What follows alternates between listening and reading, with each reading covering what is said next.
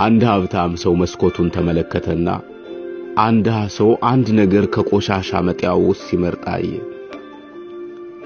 እርሱም እንዲህ አለ፣ ተመስገን አምላኬ፣ እንኳንም ድሃ አልሆንኩኝ። ድሃው ሰው ዞር ብሎ ተመለከተና ራቁቱን በጎዳና የሚራመድ ሰው አየ። እርሱም እንዲህ አለ፣ ተመስገን ጌታዬ፣ እንኳንም እብድ አልሆንኩኝ። እብዱ ሰውዬ ወደፊት ተመለከተና አንድ አምቡላንስ አየ። አምቡላንሱ ውስጥ በህመም ምክንያት የሚሰቃይና የሚያለቅስ በሽተኛ አየ።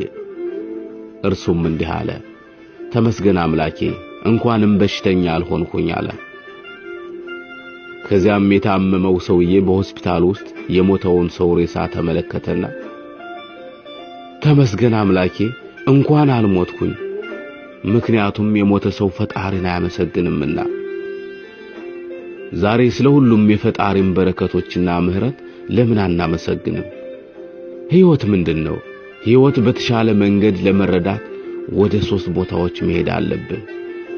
አንደኛ ሆስፒታል፣ ሁለተኛ እስር ቤት፣ ሶስተኛ መቃብር ናቸው።